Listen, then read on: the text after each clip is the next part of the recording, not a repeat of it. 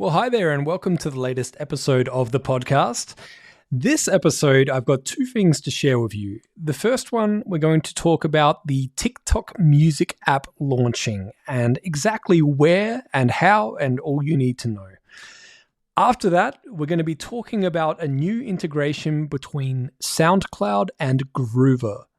So enough of the intro, enough of all that noise. Let's get into this episode of the podcast. TikTok have launched a new app called TikTok Music. Now, you should know that TikTok Music has existed previously in some locations, some parts of the world. It has been known as Resso, R-E-S-S-O. But what's happening now is that is rebranding in a few countries as TikTok Music. So right now, at time of recording, people in Indonesia and Brazil are the first to get access to the new TikTok Music app following the rebrand. Now, there are additional territories which will be coming in the future, but right now they're starting in just these two. It's also worth mentioning here, I got to stop saying it's also worth mentioning. Everything I say is worth mentioning, dang it. But TikTok Music will not be launching in India. The existing app in India will remain as Resso, R-E-S-S-O. Also, they shut down the ad-supported tier of this TikTok Music app / Resso in April 2023. Now let's get into the fun stuff with this. What does this really mean? Let's look at some of the cool features that are going to be included with this. So I'm just going to read through the list here, and we've got a two-way integration with TikTok to switch between apps. So you can be listening to a song in TikTok, switch over to the TikTok Music app to listen to the song in its entirety, and vice versa. Social features are also included where users can comment on songs and albums, the ability to listen to full-length tracks in the TikTok app, previewing clips in TikTok, song recommendations and personalized curation, meaning that if you're creating a new video or something that you're going to post on TikTok, there will be songs that are recommended for you based on that piece of content. And I don't like saying the word content too much, but in this case, content.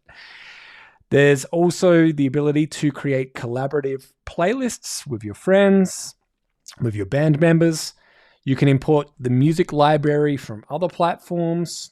You can find a song by searching for the lyrics, and there's also a song identification feature that works similar to how Shazam works as well.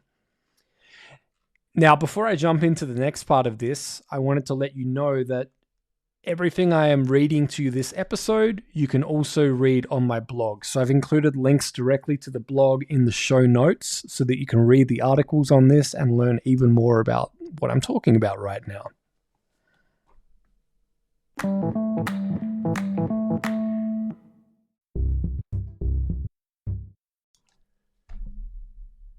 Groover have just announced a new integration with SoundCloud, allowing for easy filtering and better curator matching by connecting your accounts.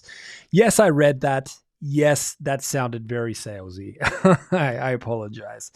But in all seriousness, for anyone that isn't familiar, I should probably tell you what Groover is. And before I even say that, I just want to mention that whenever I talk about a paid product on here, or a paid service, or a paid app, or something where you would spend money to get something, please always do your own research. You know, I don't want you to take this as a recommendation and then come back and say, hey, I tried something you mentioned and it didn't do what I expected.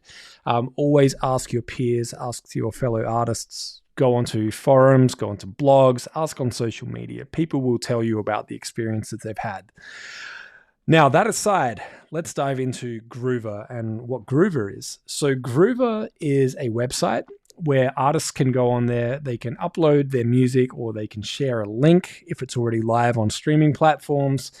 And you can then find different curators, even radio programmers, in some cases record labels. And you can send music to blogs, those radio people, playlist curators, and a bunch of other people to get feedback. And possibly if they like what they hear, they may also come back to you with some sort of programming or support to get your music in front of more people. Now, Groover have been around for some time.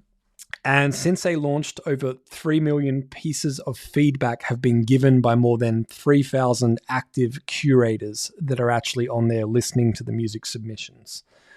Now, once again, not trying to make this sound like a plug, just letting you know how it works and what's happening.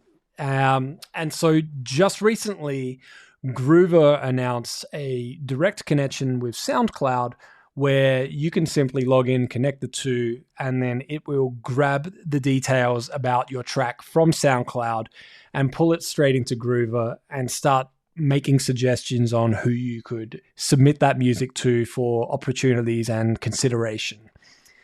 It's like a 3-step process. I'm not going to talk about the steps and where to click because that doesn't really make sense for a podcast, but just making you aware of Groover, what they do, and this new integration with Groover and SoundCloud. And once again, if you would like to find out more about this or anything I've mentioned in this episode, there are links to the articles directly in the show notes. Or you can also just go directly to the blog, which is workhardplaylisthard.com. And if you want to find me on social media, you can find me everywhere at Ask Mike Warner. And that's it. Thank you so much for listening.